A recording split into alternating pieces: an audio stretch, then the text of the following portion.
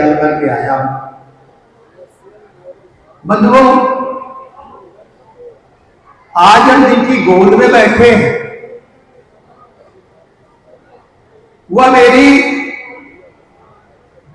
मातृभूमि है। और सबसे पहले मैं आप लोगों से चाहूंगा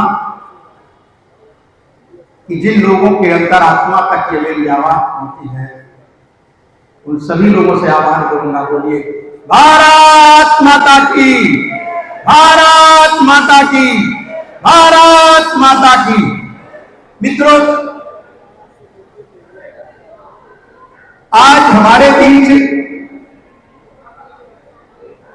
जिनकी चर्चा हो रही है, जिनकी पुण्यतिथि पर हम लोगों की उपस्थिति है,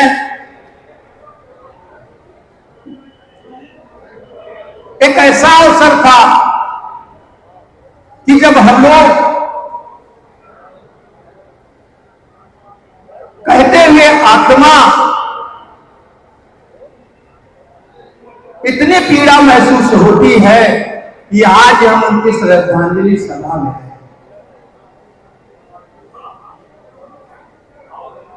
युवाओं के वह आवाज जो शायद जब कभी उसका शुरुआत हुआ था, एक आवाहन किया गोरक्ष पीठ के उस समय उत्तराधिकारी थे, आज वो गोरक्ष पीठाधीश्वर हैं और उत्तर प्रदेश के यशस्वी मुख्यमंत्री हैं।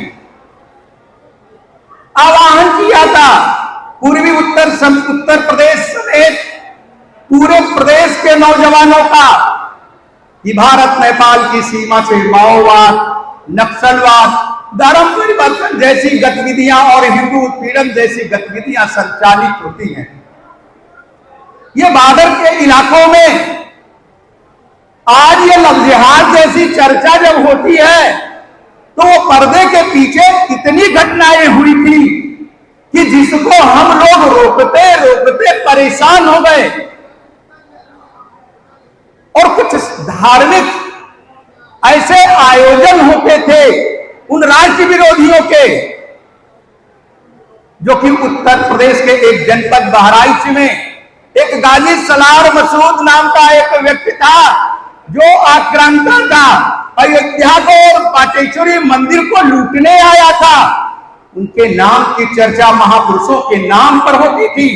आश्चर्य होता था कि जिस हिंदू समाज की गर्दन किसी ने मरोड़ी हो, जिस हिंदू समाज के बहन बेटियों के मान सम्मान स्वाभिमान से किसी ने खिलवाड़ किया हो, जिस हिंदू समाज के नौनिहालों को कत्लेआम किया हो, जिनका भविष्य केवल इस्लामीकरण करने के लिए तय कर रखा हो, ऐसे गाजी सलार मसूद का वैभव और उसका वह कार्यक्रम देख करके लगता था बहराइच, हम डुमरियागंज तहसील के हैं और बहराइच हमारे डुमरियागंज तहसील से 160-165 किलोमीटर की दूरी पर है, लेकिन ऐसा लगता था कि मेला डुमरियागंज के किसी ज्यादा से ज्यादा 5-7 किलोमीटर के परिक्षेत्र में है।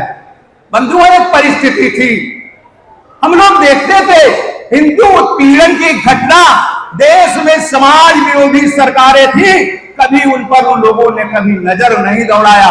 फरियादी रो रो करके थक जाते थे, किसी की इज्जत लुट जाती थी, किसी की हत्या हो जाती थी, किसी के जमीन जायदाद कब्जा हो जाते थे।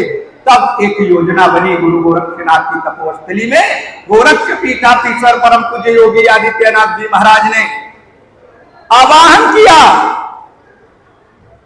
पूर्वी उत्तर प्रदेश के नौजवानों का, और आज जिनकी हम चर्चा करते हैं उन्हीं के नेतृत्व में पूर्वांचल के अंदर एक बिगुल बजाया गया हिंदू युवा वाहिनी के नाम पर, जो हिंदू युवा वाहिनी संगठन के प्रथम संयोजक श्री विष्णुदत्त ओझा जी ने बस्ती मंडल, गोरखपुर मंडल, फैजाबाद मंडल, देवी पाटन मंडल में नौजवानों को जगाया, एक आवाज उठ करके खड़ी हुई हिंदू उत्पीड़न के खिलाफ। लेकिन बंधुओं, दुर्भाग्यपूर्ण यह विषय सामने हम लोगों के आया, सेना तो खड़ी हो गई, विचारधारा का जो जनसैलाब था वो पूर्वांचल समेत उत्तर प्रदेश को झकझोर के रख दिया। आज उसी का परिणाम है कि आज 2017 में जो हिंदू समाज ने संकल्प लिया, उस संकल्प के बलबूते पर आज गोरक्ष पीठाधीश्वर परम पूज्य योगी आदित्यनाथ जी महाराज का प्रतिनिधित्व उत्तर प्रदेश को मिलता है। और आज वो प्रदेश के मुख्यमंत्री हैं, वही चिंगारी थी। उसी चिंगारी का एक हिस्सा मैं भी था। मैं भी दुख कम नहीं होता, पीड़ा इतनी होती है कि जैसे लगता है कि जब यह हम लोगों ने इस घटना को सुना तो आंखों के सामने हम लोगों के अंधेरा छा गया। लगता था कि हम लोगों को कुछ अब दिखाई नहीं दे रहा है। और हजारों हजार की संख्या में पूर्वांचल के उन नौजवानों की आवाज को थमते हुए देख करके इतनी दुख हुई, इतने दुख हुई, इतना दुख हुआ लोगों को कि वह कहने लायक नहीं है। लेकिन मित्रों, यह मैं कहूंगा, चाणी के पुत्र चाणक्य धनानंद ने बुलाया। आचार्य चाणी जो है धनानंद को कुछ संदेश देना चाहते थे, कुछ सुनाना को, कुछ कहना चाहते थे। धनानंद को यह बात पसंद नहीं आई और उन्होंने वो क्या किया कि उनके ही गांव में उन्हें सूली पर चढ़ा दिया। चाणक्य की मां अपने पति के मृत्यु पर रोने लगी, लेकिन चाणक्य निष्ठुर बने खड़े हुए पिता की लाश को देख रहे थे।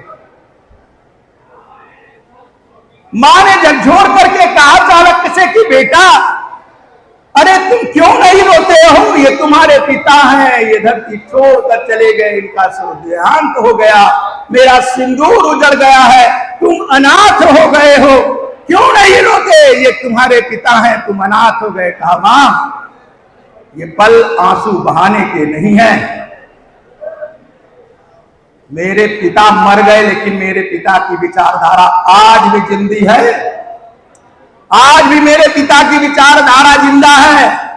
और जब तक मैं भविष्य में इसको पूरी तरीके से संकल्प लेता हूं कि धनानंद को कुर्सी सिंहासन से उतार करके और मैं किसी राह चलते व्यक्ति को धनानंद के सिंहासन पर बैठा नहीं दूंगा, तब तक मैं अपनी शिखा नहीं बांधूंगा। उस संकल्प के साथ हिंदू युवा वाहिनी के जो स्वर्गीय विष्णुदत्त ओझा जी के पाले हुए जो शेर थे, उन शेरों ने गोरक्ष पीठाधीश्वर परम पूज्य योगी आदित्यनाथ जी महाराज के साथ कदम से कदम मिलाकर चले, भारतीय जनता पार्टी के साथ कदम से कदम मिलाकर चले। और आज यह स्थिति आई कि उत्तर प्रदेश में पूरी तरीके से उन दुराचारियों का, विधर्मियों का, अन्यायियों का शासन सत्ता समूल समाप्त हो गया।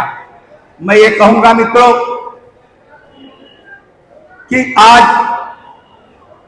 मैं समाज का एक व्यक्ति हूं, लेकिन मेरे अंदर जो विचारधारा है वो मेरी व्यक्तित्व है।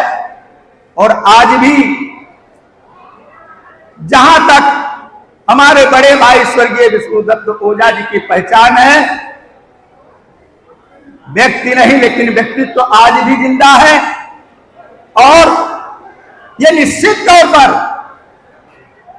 मैं इस बात के लिए आभारी हूं उनके परिवार का कि अनवरत यह लगातार विगत 15 वर्षों से आज 15वें वर्ष है,